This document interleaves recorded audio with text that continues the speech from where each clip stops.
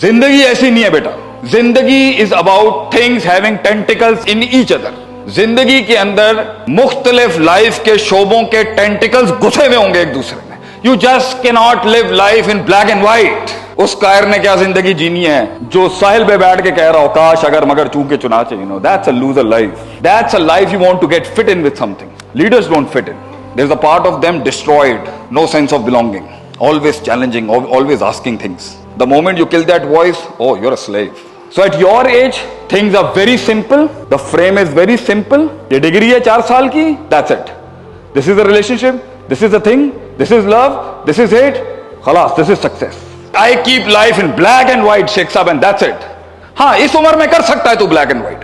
इस उम्र में absolutely yes और absolutely not कहना is peanuts. The moment you go further, the moment you grow old, the moment you find out कि इस तरह रिजल्ट्स नहीं निकलते, तू दुनिया को कॉन्कर नहीं कर सकता बगैर डाइवर्सिटी के, बगैर तनव्वो के, बगैर इंक्लूसिवनेस के, बगैर कल्चरल इंटीग्रेशन के, बगैर कॉम्प्रोमाइजेस के।